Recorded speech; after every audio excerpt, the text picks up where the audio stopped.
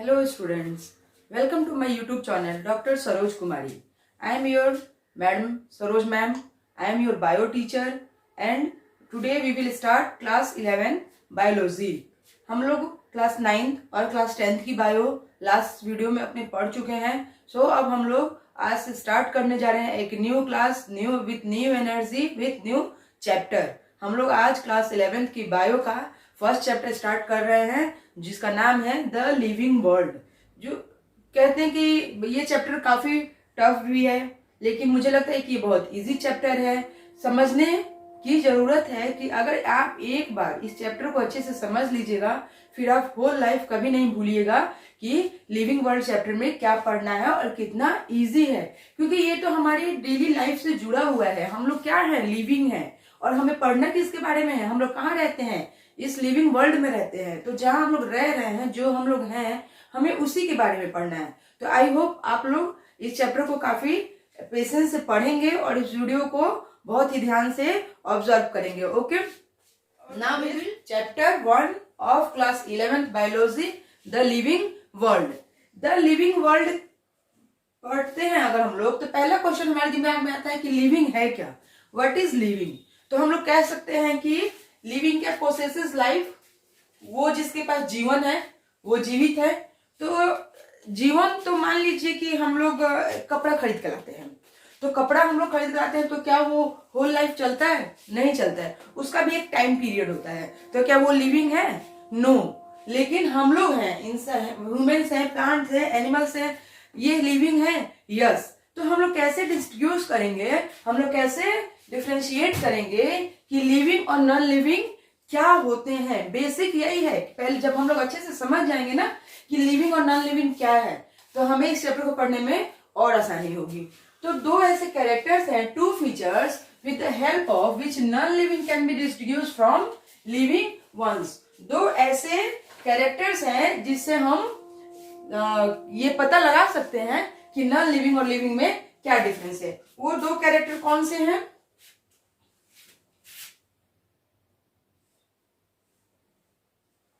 पहला आता है हमारा डिफाइनिंग कैरेक्टर. डिफाइनिंग कैरेक्टर या defining feature. Okay, then second one is characteristic feature.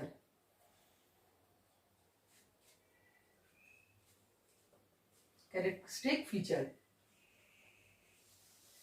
अब हम लोग देखते हैं कि डिफाइनिंग फीचर और कैरेक्टरिस्टिक फीचर में डिफरेंस क्या है.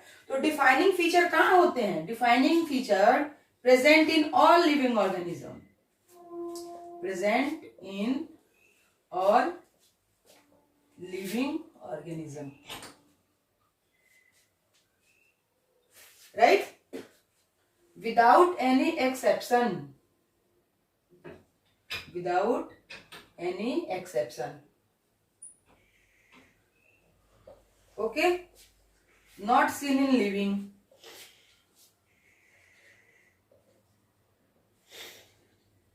जो कैरेक्टर हमें लिविंग में दिख जाएंगे वो कैरेक्टर हमें नॉन लिविंग में नहीं दिखेंगे. सॉरी, यहाँ पे नॉन लिविंग होगा, नॉन लिविंग में. यानी कि अगर हमें कोई एक ऐसा कैरेक्टर जैसे कॉन्शियसनेस अगर हमें दिख गया कि ये लिविंग में है, तो इट इज 100% श्योर कि वो नॉन लिविंग में नहीं होगा. ठीक है, जैसे एग्जांपल लेते हैं हम लोग किसकी, मेटाबॉलिज्म लेते हैं. मेटाबॉलिज्म दो तरह से होता है. मेटाबॉलिज्म क्या है? सम टोटल ऑफ रिएक्शंस. रिएक्शन का सम टोटल है, यहां लिखते हैं sum total of reaction. Some total of reactions. अब मेटाबॉलिज्म जो होता है वो दो तरह से होता है. एनाबॉलिज्म, राइट, जिसमें क्या होता है, ब्रेक डाउन होता है. अभी आप लोग बताएंगे ब्रेक डाउन कहां होता है. और catabolism, sorry anabolism, catabolism, right.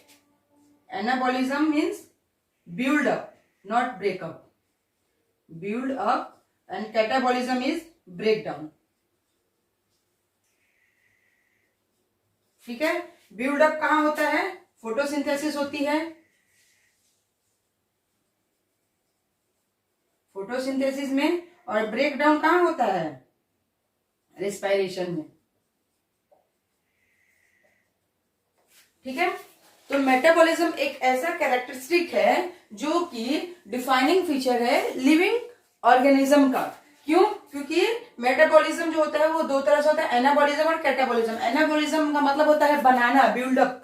तो फोटोसिंथेसिस का प्रोसेस क्या है? एनाबॉलिज्म है। क्या करते हैं? लाइट एनर्जी के हेल्प से प्लांट्स जो ग्रीन क्लोरोफिल और लाइट एनर्जी के हेल्प से क्या करते हैं? अपना फूड प्रिपेयर करते हैं, तो ये बिल्ड अप करते हैं। एंड देन कैटाबॉलिज्म क्या होता है? जब हम लोग रिस्पायरेशन का प्रोसेस करते हैं, जब रिस्पायरेशन होता है तो वहां क्या होता है? ब्रेकडाउन होता है। ब्रेकडाउन कहाँ? ब्रेकडाउन का बेस्ट एग्जांपल रिस्पायरेशन होता है। ठीक है, then cellular organization, cellular organization, then consciousness,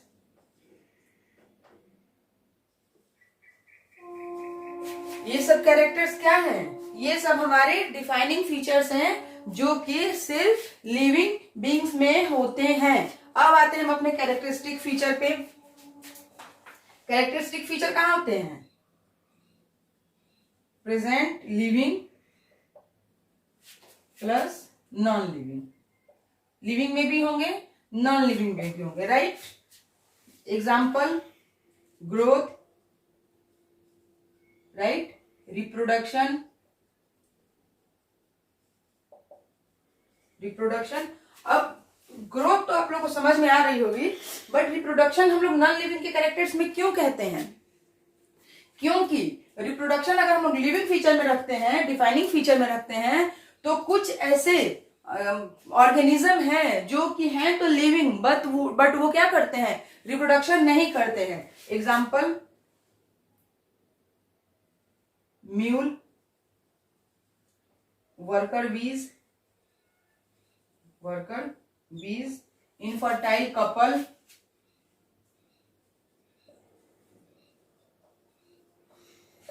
अब देखिए रिप्रोडक्शन क्या है? रिप्रोडक्शन को हम लोग डिफाइनिंग फीचर में रख सकते हैं, लेकिन ये क्या कह रहा है कि present in all living organism without any exception.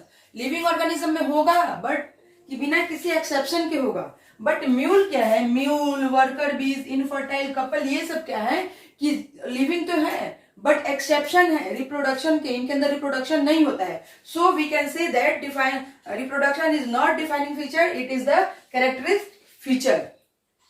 क्योंकि म्यूल क्या है? म्यूल, अभी आप लोग को मैं आगे पढ़ाऊंगी, डोंकी प्लस हॉर्स का चाइल्ड है, उसका बच्चा कह सकते हैं। डोंकी और हॉर्स जो क्या करते हैं? मेट करते हैं, तो उससे म्यूल बनता है, जो कि इनफर्टाइल कपल है, जो कि इनफर्टाइल है। फर्टाइल होने के लिए क्या करता है कि दो सेम स्पीसीज में कंजुगेशन होना चाहिए, फर्टिलाइजेशन होना चाहिए। ठीक है, तो जब भी मेटिंग होगा तो किसका होगा? दो सेम स्पीसीज का। अगर अलग स्पीसीज में मेटिंग होती है तो उससे जो बच्चा होगा वो इनफर्टाइल होगा। एक वर्कर बीज होती है, ये भी रिप्रोडक्शन नहीं करती है, इनफर्टाइल कपल होते हैं। जैसे हस्बैंड वाइफ होते हैं जो इनफर्टाइल होते हैं, जिनको जो क्या करते हैं? नेक्स्ट अपना जनरेशन को आगे बढ़ाने में सक्षम नहीं होते हैं। तो so we can say that reproduction is characteristic feature. करके हम लोग कैरेक्टरिस्टिक देखेंगे कि कौन से कैरेक्टरिस्टिक जो है हमारे वो डिफाइनिंग फीचर है और कौन से हमारे कैरेक्टरिस्टिक फीचर है। Then first one taken is growth. Growth क्या है? ये हमारा कैरेक्टरिस्टिक फीचर है। ऑल लिविंग थिंग्स ग्रो, जितने भी लिविंग थिंग्स है वो ग्रो करते हैं। Growth is taken as the increase in mass and number. Growth से क्या होता है कि उसके मास में वृद्धि होती है, उसके मास में डेवलपमेंट होता है और उसके नंबर में भी डेवलपमेंट होता है। So we can say that growth is twin characters. अब मास और इंक्रीज इन मास कैसे होता है? इंक्रीज इन मास, ये क्या है? इंट्रिंसिक इन रेफर्स टू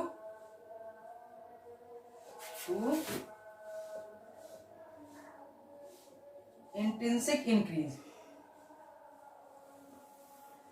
ठीक है, ये क्या करता है? इंक्रीज इन मास क्या करेगा? रेफर्स टू इंट्रिंसिक इंक्रीज, या कह सकते हैं हम लोग protoplasmic matter of cell. Protoplasmic matter of cell. अगर इंक्रीज इन मास हो रहा है, उसके मास में इंक्रीजिंग हो रही है, तो हम क्या कह सकते हैं कि वो इंट्रिंसिक इंक्रीजिंग हो रही है, उसके अंदर इंट्रिंसिक मतलब अंदर, यानी उसके प्रोटोप्लाज्मिक मैटर जो है सेल के अंदर उसमें इंक्रीज हो रहा है। और इंक्रीज इन नंबर की बात करते हैं, इंक्रीज इन नंबर, ये कैसे होगा? By cell division.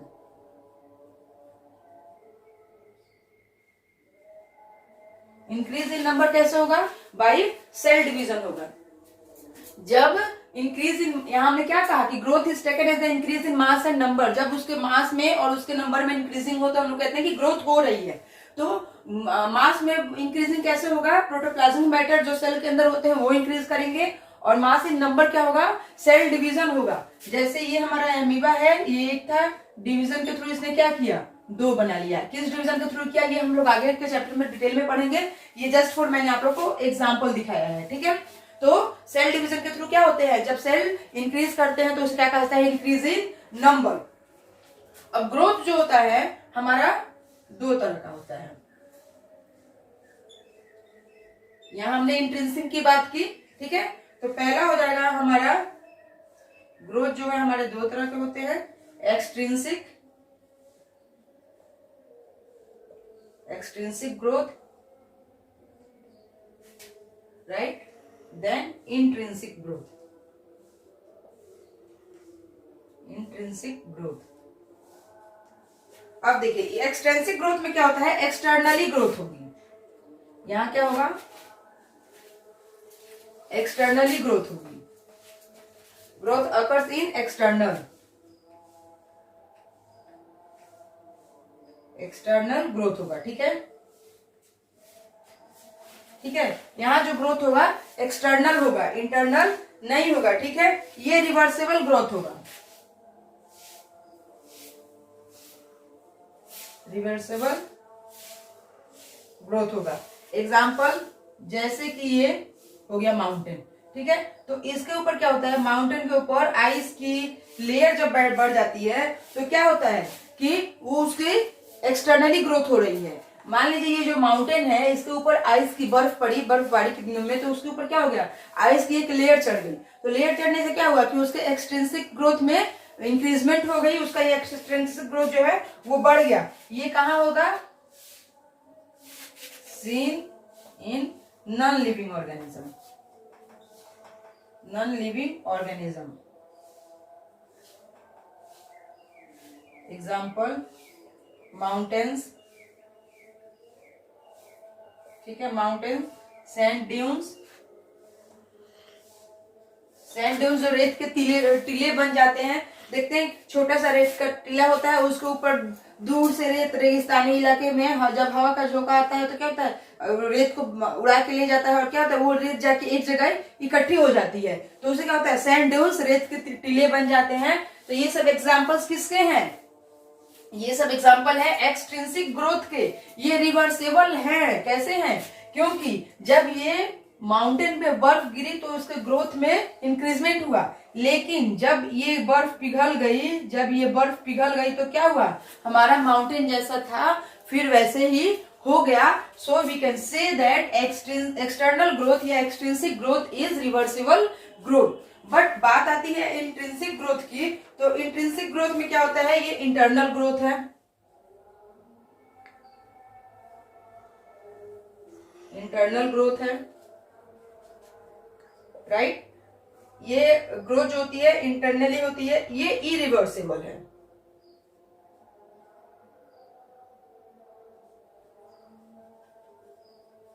Irreversible growth, ठीक है। कहां होता है? टेक्स प्लेस इन कहां? Living organism, living organism, right. ये कहां होता है? हमारा लिविंग ऑर्गेनिज्म में होता है। एक्सट्रिंसिक कहां होता है? नॉन लिविंग में होता है। एग्जाम्पल बता देती हूं, जैसे कि ये हमारी हो गई सेल, ठीक है। ये सेल के बाहर क्या था? सेल के अंदर जो है एक और लेयर बन गई सेल वॉल की, ठीक है। ये पहले हमारा सेल क्या था, एक लेयर में था, ठीक है, फर्स्ट लेयर या प्राइमरी लेयर, ठीक है, ये हमारा प्राइमरी लेयर था। फिर सेल के अंदर एक और लेयर बन गई, तो उसे क्या कहेंगे हम, सेकेंडरी लेयर। अब बताइए, अगर किसी सेल के अंदर प्राइमरी लेयर के बाद सेकेंडरी लेयर का बनना होता है, जब सेकेंडरी लेयर मेडअप होता है, तो क्या वहां पे ये लेयर इरिवर्सिबल है? फिर क्या कुछ दिनों बाद वो सेकेंडरी लेयर खत्म हो जाएगी, सिर्फ प्राइमरी लेयर रह जाएगी? No, this is not, so we can say that this is not irreversible growth. एक बार जो ग्रोथ हो गई, वो रिवर्स नहीं होगी, कभी नहीं होगी। सो ये इसीलिए कहा जाए कि कहाँ पाया जाता है, takes place in living organism. आप लोगों को समझ में आ गया? Growth clear? So we can say that growth is characteristic feature, it is not defining feature. Growth क्या है? कैरेक्टरिस्टिक फीचर है, ये डिफाइनिंग फीचर नहीं है। क्यों नहीं है? क्योंकि ये कैरेक्टरिस्टिक डिफाइनिंग फीचर कहाँ पाए जाते हैं? सिर्फ लिविंग में पाए जाते हैं, और characteristic feature living non living दोनों में पाए जाते हैं। सो यहाँ पे हमारा ग्रोथ क्या हो रहा है, लिविंग में भी हो रहा है, नॉन लिविंग में भी हो रहा है। तो इसलिए हमारा कैरेक्टरिस्टिक फीचर है, ठीक है, growth is characteristic feature. Now we can discuss second, reproduction. Reproduction discuss करते हैं। रिप्रोडक्शन क्या है? Ability of an organism to produce offsprings of its own kind. किसी भी ऑर्गेनिज्म की वो एबिलिटी जिसके थ्रू वो अपने ही जैसा ऑफ स्प्रिंग न्यू प्रोड्यूस करता है, उसे हम लोग उस प्रोसेस को क्या कहते हैं? रिप्रोडक्शन कहते हैं। अब रिप्रोडक्शन हमारे टू टाइप्स के होते हैं, asexual reproduction, sexual reproduction. Asexual uniparent होता है, यूनिपेरेंट होता है, इसमें एक पेरेंट्स के अंदर ही क्या होता है, रिप्रोडक्शन एक पेरेंट्स ही कर लेता है। सेक्सुअल रिप्रोडक्शन क्या होता है? बाई पेरेंट होता है, बाई पेरेंट होता है। इसमें क्या होता है, मदर और फादर दोनों की नीड होती है रिप्रोडक्शन के लिए, ठीक है। बाई पेरेंटल, यूनिपेरेंटल, ठीक है। अब हमारी एनसीईआरटी में एसेक्सुअल रिप्रोडक्शन के कुछ टाइप्स दिए हुए हैं, जिसे हम लोग डिस्कस कर लेते हैं। जिसमें हमारा पहला आता है बाइनरी फिजन। बाइनरी फिजन क्या है? Unicellular organism, bacteria, algae, amoeba reproduce by binary fission. कौन रिप्रोड्यूस करता है? बैक्टीरिया, राइट, एमीबा, ये सब क्या करते हैं? एल्गी है, एल्गी, ये यूनिसेलुलर ऑर्गेनिज्म है जो रिप्रोड्यूस करते हैं बाइनरी फिजन के थ्रू। एमीबा का एग्जांपल हम लोग देख लेते हैं। ये एमीबा, ये इसका न्यूक्लियस, ये क्या कर रहा है? रिप्रोड्यूस किया। तो सेम अपने जैसा ही दो न्यू ऑफ स्प्रिंग इसने बना लिया। तो ये किसके द्वारा किया? बाइनरी फिजन के द्वारा।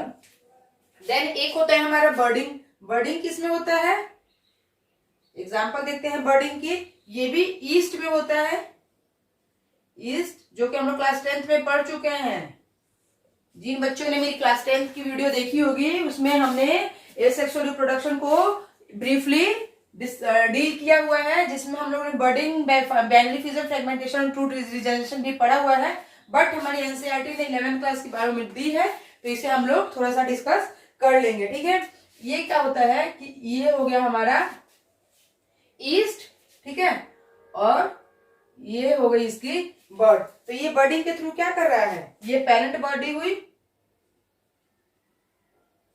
पेरेंट बॉडी, और ये हो गया हमारा बर्ड, BUD, बर्ड। ये क्या करता है कि अपने आप को डिटैच कर लेता है पेरेंट बॉडी से, और फिर क्या करता है? Growth to form new individual, growth to form new individual.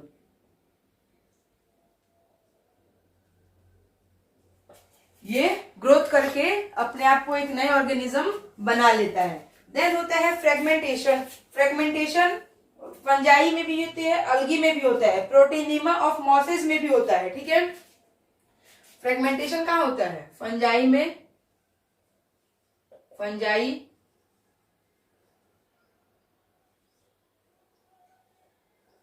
Algae, right. और ये प्रोटीनिमा ऑफ मॉसेस में भी होता है। प्रोटीनिमा क्या है? जीरोफाइट है, और देन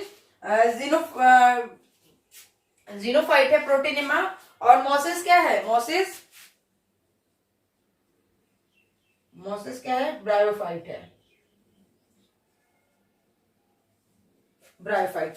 ये होता है फ्रेगमेंटेशन हमारा, ठीक है। यानी कि खंड में टूट जाना, छोटे छोटे टुकड़ों में टूट जाना, और जहां भी ये टूटेगा वहां पे क्या होगा? एक नया, वहां से मान लीजिए कि ये कोई, हम लोगों ने ऐसा प्लेनेरिया के केस में पढ़ा हुआ है, ये 3 पार्ट्स में अपने आप को इसने तोड़ लिया, फ्रेगमेंट कर दिया, ठीक है। तो देन क्या होगा? ये हेड पार्ट जो होगा वो अपने अंदर मिडिल पार्ट और टेल पार्ट बना लेगा। जो मिडिल पार्ट है वो अपने अंदर हेड पार्ट और टेल पार्ट बना लेगा, और जो टेल पार्ट है वो अपने अंदर मिडिल पार्ट और हेड पार्ट बना लेगा। तो इसे क्या कहते हैं? फ्रेगमेंटेशन। मैंने टुकड़ों में टूटने के बाद भी नया ऑर्गेनिज्म यहाँ से प्रोड्यूस हो गया। देन होता है हमारा ट्रू रीजनरेशन। रीजनरेशन किस में होता है? फ्लैट वॉर्म में होता है, फ्लैट वॉर्म, ठीक है। रीजनरेशन किस में होता है? फ्लैट वॉर्म में होता है।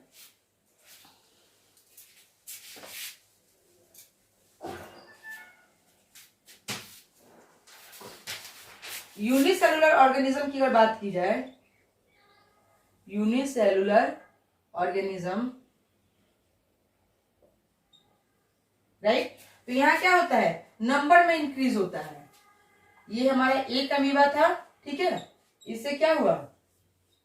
हमारे 2 अमीबा बन गए, ठीक है। ये 1, ये 2, ठीक है। तो इससे क्या हुआ कि नंबर इंक्रीज हुई, इनके नंबर में इंक्रीजमेंट हुई, तो यहां पे ग्रोथ हुआ, ठीक है। तो हम लोग क्या कह सकते हैं कि यहां ग्रोथ भी हुआ, और इसके हिसाब से हम लोग कह सकते हैं कि ग्रोथ एंड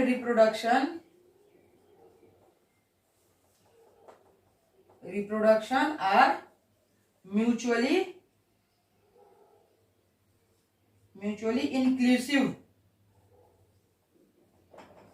इंक्लूसिव इवेंट। यानी दोनों क्या है? ग्रोथ और रिप्रोडक्शन जो है वो इंक्लूसिव इवेंट है, यानी कि दोनों एक दूसरे के सिनोनिम्स है। ग्रोथ हुआ तो रिप्रोडक्शन हुआ, इधर 1 था 2 हो गया, यानी ग्रोथ हुई इसकी तो रिप्रोडक्शन भी हो गया, रिप्रोडक्शन हुई तो ग्रोथ भी हो गया। तो दोनों क्या है? म्यूचुअली इंक्लूसिव है। इंक्लूसिव मतलब दोनों सिनोनिम्स है, सेम है। बट इन मल्टी सेलुलर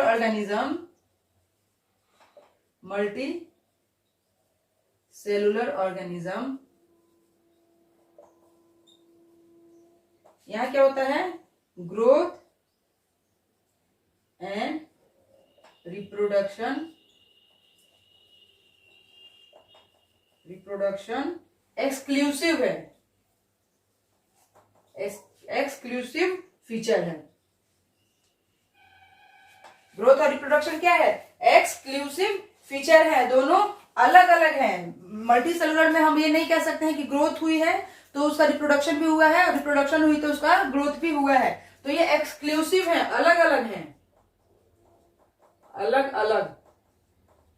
और ये इंक्लूसिव है, यानी कि सेम है, सिनोनिम्स है एक दूसरे के। अब हम लोग यहाँ देखते हैं क्या एक कि हम लोग इससे क्या कह सकते हैं? रिप्रोडक्शन कैसा फीचर है? रिप्रोडक्शन कैरेक्टरिस्टिक फीचर या डिफाइनिंग फीचर है? ये एक कैरेक्टरिस्टिक फीचर है।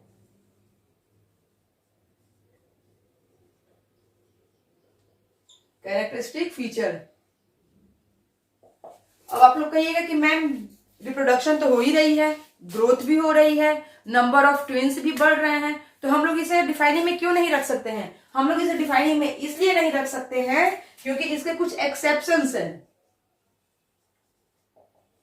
इसके कुछ एक्सेप्शंस हैं रिप्रोडक्शन के, जो कि लिविंग तो है बट उसमें रिप्रोडक्शन नहीं होता है। जैसे मैंने पीछे भी बताया था, म्यूल, ठीक है, वर्कर बीज, infertile couple,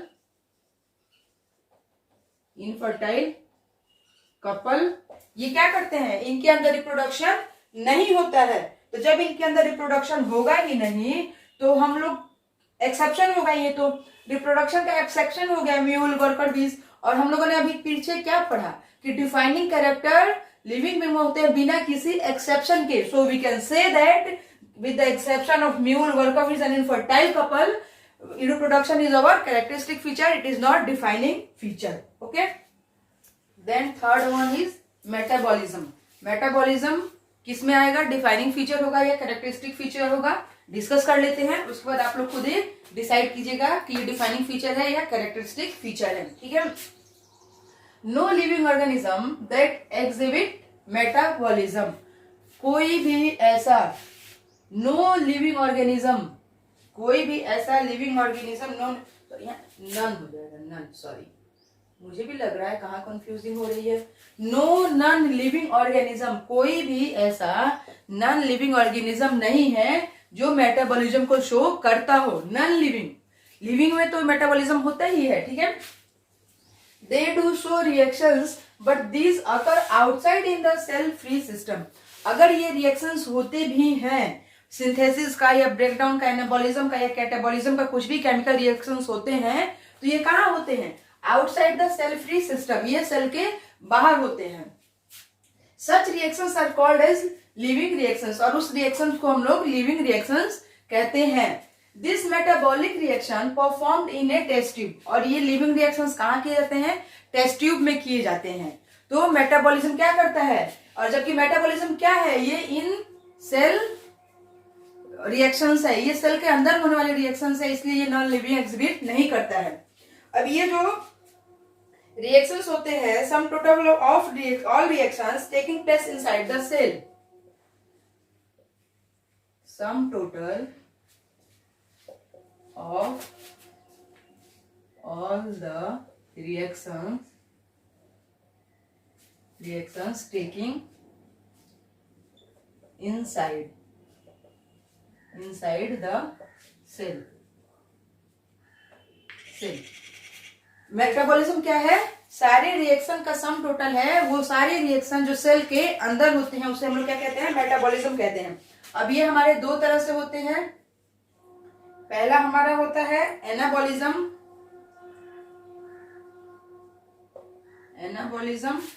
and then second version is catabolism. Catabolism, anabolism क्या करता है, सिंथेसिस करता है, या जिसे हम लोग कह सकते हैं बिल्डअप भी करता है। बिल्डअप क्या सिंथेसिस करता है, एग्जांपल दीजिए, फोटोसिंथेसिस,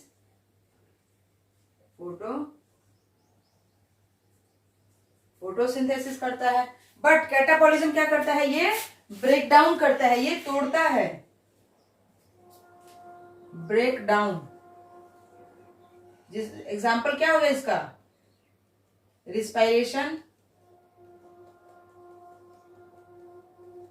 ठीक है, तो हमारे मेटाबॉलिज्म जो होते हैं वो दो तरह से होते हैं, एनाबॉलिज्म, कैटाबॉलिज्म। एनाबॉलिज्म में सिंथेसिस होता है चीजों का, उसमें चीजें जुड़ती हैं, बनती हैं, जैसे कि photosynthesis, in the presence of light and chlorophyll plants make their own food. और कैटाबॉलिज्म क्या होता है, ब्रेकडाउन होता है, जिसमें क्या होते हैं, ये रिस्पायरेशन जो होता है हमारे बॉडी में, वो कैटाबॉलिज्म रिएक्शंस है। इसमें क्या होता है, ग्लूकोज टूटता है। ठीक है, पायरुवेट, ग्लूकोज और पायरुवेट का टूटना होता है। ठीक है, तो ये हमारे क्या हो जाता है, रिस्पायरेशन हमारा कैटाबॉलिज्म है। So what we can say that, हम लोग क्या कह सकते हैं कि हमारा जो मेटाबॉलिज्म है वो कैसा रिएक्शन, कैसे कैरेक्टरिस्टिक है, डिफाइनिंग फीचर है या फिर आपके कैरेक्टरिस्टिक फीचर है, ये डिफाइनिंग फीचर है, डिफाइनिंग फीचर। ठीक है, इसके पहले हम लोगों ने क्या देखा था, ग्रोथ देखा था, रिप्रोडक्शन देखा था, ये सब क्या थे, ये दोनों क्या थे, ये कैरेक्टरिस्टिक फीचर थे। Okay, now fourth one is consciousness. Consciousness क्या होता है, अवेयरनेस ऑफ सराउंडिंग्स, हमारे चारों तरफ जो सराउंडिंग्स है, जो वातावरण है, उसके प्रति अवेयर होना ही कॉन्सियसनेस कहलाता है। Response towards environment stimuli, stimuli जो है वो रिस्पॉन्स करता है किसके प्रति, फिजिकल, केमिकल और बायोलॉजिकल रिस्पॉन्स के प्रति, जिसमें फिजिकल रिस्पॉन्स हमारा लाइट हो जाता है, टेम्परेचर हो जाता है, ग्रेविटी हो जाती है। लाइट इन द सेंस की जब हम रूम में होते हैं और फिर अचानक से बाहर धूप में निकलते हैं सूरज के प्रकाश में, तो देखिएगा हमारे आंखें जो है पलकें झपकने लगती है। या फिर जब हम अंधेरे में हो और अचानक से लाइट जला दी जाए तो उस समय भी क्या होता है कि हमारी आंखें एकदम पलकें झपकने लगती हैं। तो हम लोग कह सकते हैं कि हमारे जो स्टिमुली क्या हुआ, लाइट हुई, सन लाइट हुई, बल्ब की लाइट हुई, तो ये स्टिमुली हुई, तो इसके प्रति क्या कर रहा है, हम रिस्पॉन्स कर रहे हैं, जिसे हम लोग क्या कहेंगे, कॉन्शियसनेस कहेंगे। टेम्परेचर के प्रति कोई हॉट ऑब्जेक्ट हम लोग अचानक से ही टच कर लेते हैं, तो ये वो उस हॉट ऑब्जेक्ट को जब हम लोग टच किया तो तुरंत क्या हुआ, हमारे हैंड के जो मसल्स थे उन्होंने तुरंत मैसेज किया हमारे न्यूरॉन को, न्यूरॉन उसे लेके गया हमारे ब्रेन तक, ब्रेन ने फिर उसे रिवर्स किया न्यूरॉन को, न्यूरॉन फिर लेके आया और हमने अपना हाथ खींच लिया। तो कितना फास्ट रिएक्शन होता है हमारे बॉडी में, कितनी फास्ट एक्शंस परफॉर्म होते हैं हमारे न्यूरॉन्स के थ्रू, हमारे ब्रेन के थ्रू, कि हम लोग अपना हाथ जलने के पहले ही पीछे खींच लिए। तो ये क्या हो गया, लाइट, टेम्परेचर, ग्रेविटी, ये सब क्या है, एग्जाम्पल्स है फिजिकल इन्वायरमेंट के। देन केमिकल पॉल्यूटेंट्स होते हैं, एसिड्स होते हैं, ठीक है। देन बायोलॉजिकल में हमारे लाइकेंस आ गए। So we can say that कि it is a defining feature. Consciousness क्या है, डिफाइनिंग फीचर है, ये कैरेक्टरिस्टिक फीचर नहीं है, ये नॉन लिविंग ऑब्जेक्ट है। ये पेन है आपका, ये जो मैं जिससे मैं लिख रही हूँ, जो मार्कर है, अगर इसके ऊपर हम कितना भी गर्म पानी डाल दें तो क्या ये अपने आप को यहाँ से हिलाएगा, नहीं हिलाएगा। बट अगर हमारे हाथ पे गर्म पानी गिरता है तो हम अपना हाथ तुरंत पीछे खींचते हैं। तो कॉन्शियसनेस कहाँ होता है, सिर्फ लिविंग ऑर्गेनिज्म में होता है। So we can say that this is the defining feature. अब हमारी एनसीईआरटी में एक लाइन दी हुई है, वो लाइन क्या है कि the living organism are self replicating. Living organism जो होते हैं वो सेल्फ रेप्लिकेट करते हैं, evolving and self regulating interactive system capable of responding to external stimuli. ये कॉन्शियसनेस क्या है कि लिविंग ऑर्गेनिज्म जो होते हैं वो सेल्फ से रेप्लिकेट करते हैं, सेल्फ रेगुलेट करते हैं, इंटरेक्टिंग किसके, स्टिमुली के प्रति क्या होता है, एक्सटर्नल स्टिमुली जो होती है उसके प्रति रिएक्ट करते हैं, जिसे कॉन्शियसनेस कह रहा है। अब कोई भी चैप्टर स्टार्ट करने के पहले शुरू में ही बता दिया जाता है बच्चों को लिविंग वर्ल्ड क्या है, बायोलॉजी क्या है, ये क्या है, वो क्या है। तो उससे पहले अगर ये सारी चीजें मैंने शुरू में बता दी होती तो आप लोग कहते मैम प्रूफ करके दिखाओ कि ये कैसे है। So we can prove. What is proof, biology defined as the science of living things. Biology क्या है, एक साइंस है जिसमें हम लिविंग थिंग्स के बारे में पढ़ते हैं, ठीक है।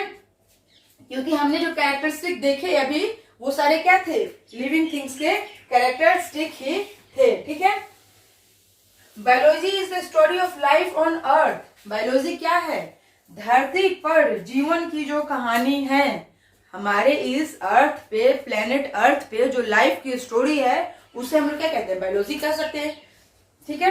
Biology is the story of evolution of living organism on earth. Evolution उसकी जनरेशन टू जनरेशन जो इंक्रीजमेंट हुई है, जो उसमें मॉडिफिकेशन हुए हैं, तो उसे हम क्या कहेंगे, इवोल्यूशन कहते हैं। तो बायोलॉजी को हम लोग और क्या कह सकते हैं कि ये एक स्टोरी है जो हम लिविंग ऑर्गेनिज्म के इवोल्यूशन को जिसमें पढ़ते हैं, ठीक है। तो ये था हमारा द लिविंग वर्ल्ड और कैरेक्टरिस्टिक फीचर, कि हम लोग कैसे लिविंग वर्ल्ड को कि कैरेक्टरिस्टिक फीचर से डिसाइड कर सकते हैं कि वो लिविंग है कि नॉन लिविंग है, जिसमें हमने डिफाइनिंग और कैरेक्टरिस्टिक दोनों पढ़ लिए और हमने सबको प्रूफ करके भी देखा कि कौन डिफाइनिंग फीचर और कौन कैरेक्टरिस्टिक फीचर है। नाउ नेक्स्ट हम लोग टॉपिक पढ़ेंगे बायोडाइवर्सिटी इन लिविंग वर्ल्ड, जो कि हम अपने कल की वीडियो में पढ़ेंगे पार्ट 2 में। तब तक के लिए आप इस वीडियो को देखिए, लाइक और सब्सक्राइब करते रहिए। Please share the video, like the video and subscribe the video. Okay, मिलते हैं फिर कल एक नए वीडियो के साथ, तब तक के लिए थैंक यू।